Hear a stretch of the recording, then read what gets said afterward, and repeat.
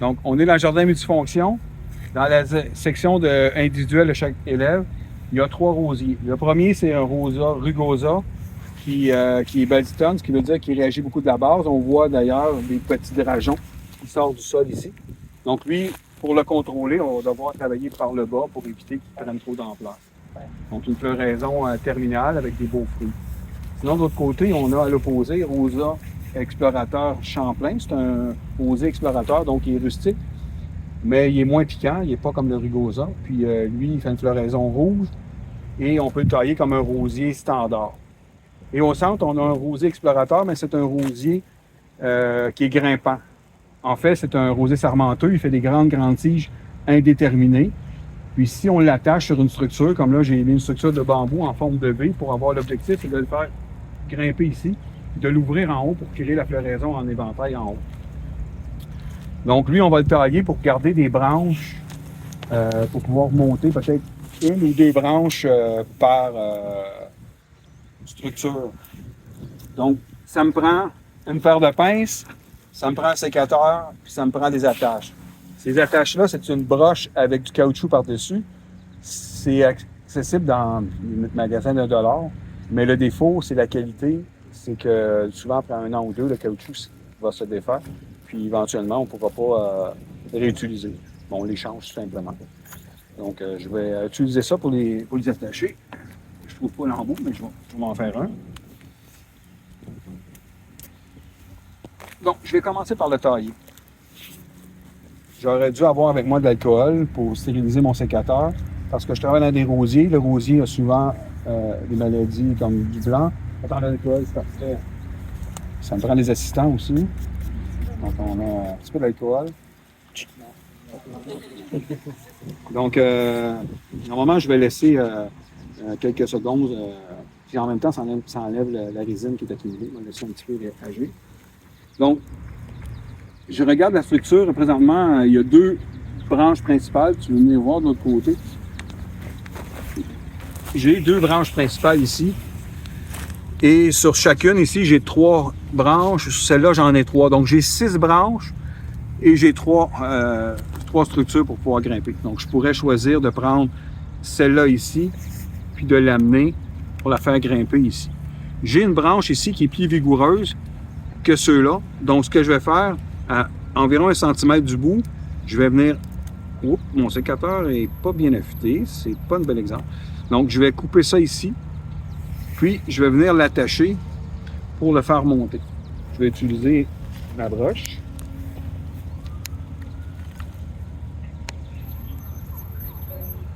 Je vais simplement venir l'attacher ici.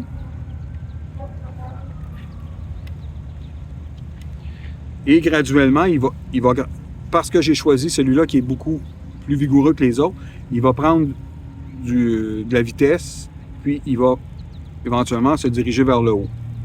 Donc, je vais, au fur et à mesure de la saison, je vais l'attacher pour l'amener vers le haut. Il y a 2 façons de faire. On peut l'attacher simplement comme ça, mais on pourrait aussi avoir des branches et les faire tourner autour. Donc, si je les fais tourner comme ça, ce qui va permettre une autoportance, parce que si je l'attache seulement qu'en surface, ça peut glisser. En faisant tourner, ça peut aider à maintenir le support.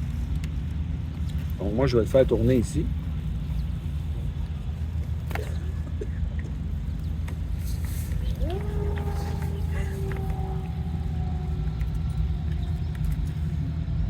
Il ne faut pas oublier que les végétaux ont tendance à pousser naturellement vers le soleil. Ici, on a l'est, le sud et l'ouest. Donc, sa croissance va avoir tendance à s'en aller vers cette direction-là. Donc, si je le place derrière ici, bien, l'apex va pointer vers le sud. Donc, il va avoir tendance à s'étirer naturellement vers là. Donc, idéalement, je mets toujours mes tiges du côté nord parce qu'ils vont toujours essayer de pousser vers l'extérieur. Ça va faire un enroulement net. Ça peut faire comme une forme d'enroulement naturel. Donc, je vais faire ça avec toutes les branches. Et je vais, si celle-là, je pourrais la faire grimper aussi éventuellement. J'ai une autre branche ici. Ici, c'est moins intéressant parce que ma structure est un peu à l'extérieur, est un peu grosse. Puis celle-là est mieux orientée. Donc, ça va faire mal. Je vais éliminer cette tige-là. Pour conserver cette branche-là qui va monter ici. J'ai l'autre ici qui est au sol, qui n'est pas très très bonne.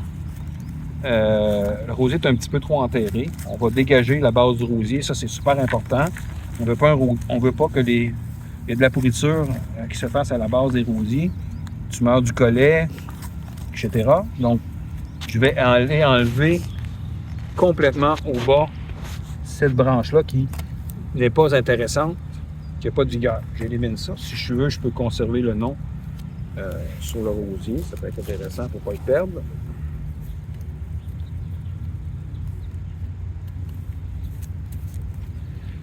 Donc ici, j'ai lui ici qui pourrait être intéressant pour le diriger éventuellement vers ici. Mais naturellement, il est plus sur ce côté-là. Donc j'aurai un choix à faire. J'ai celle-là qui a une tendance à aller vers là. Donc je vais éliminer cette branche-là parce qu'elle n'est pas orientée de façon intéressante. J'ai celle-là ici qui appartient aux voisins, pour ne pas les mélanger. On va le laisser là. Donc il me reste cette branche-là ici que je pourrais attacher là. Celle-là ici, je vais faire pareil. Je vais enlever la partie qui n'a pas de vigueur ici au bout, comme ça. Et je peux venir attacher ça ici. Donc tout simplement, ce qu'il me reste à faire, c'est d'attacher celui-là ici, celui-là est là. Et là déjà, on sent qu'il commence à monter. Puis graduellement, on peut l'aider à s'orienter puis décider de le faire monter ici. Donc celle-là, c'est la même chose. Au bout, là, on voit qu'il n'y a pas de vigueur au bout. Je vais enlever la partie qui n'a pas de vigueur au bout pour aller chercher celui qui a de la vigueur. D'ailleurs, lorsqu'on taille le rosier, c'est toujours la même chose.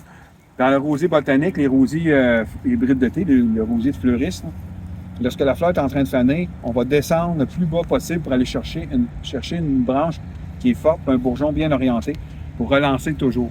Donc, de choisir des terminaisons qui sont faibles comme ça, c'est moins intéressant. Donc, si j'en ai 3, puis je choisis celle-là qui est beaucoup plus vigoureuse, à ce moment-là, je suis convaincu que celle-là va prendre de la vitesse, puis ça va faire un rosier qui va monter plus rapidement qu'avoir des petites branches faibles. C'est le principe de la course de chevaux. On mise toujours le cheval gagnant, celui le plus musclé, le plus fort, le plus vite. C'est ce qu'on fait avec les rosiers. Il me reste simplement à attacher ça. Je vais attacher ça. Les rosiers là. Je vais l'attacher derrière ici.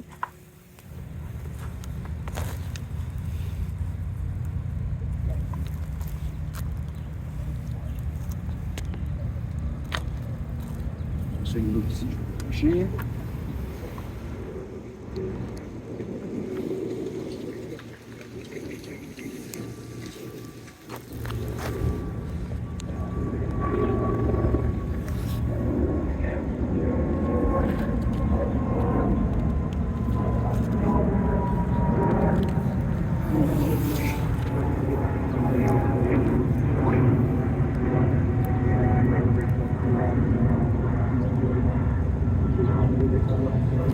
Donc, ce que ça va demander, c'est un suivi.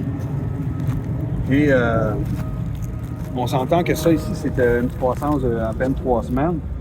Avec la chaleur qui s'en vient, la pluie qu'il y a, l'eau disponible, bien, probablement qu'au mois de juin, il va être rendu déjà ici. Là.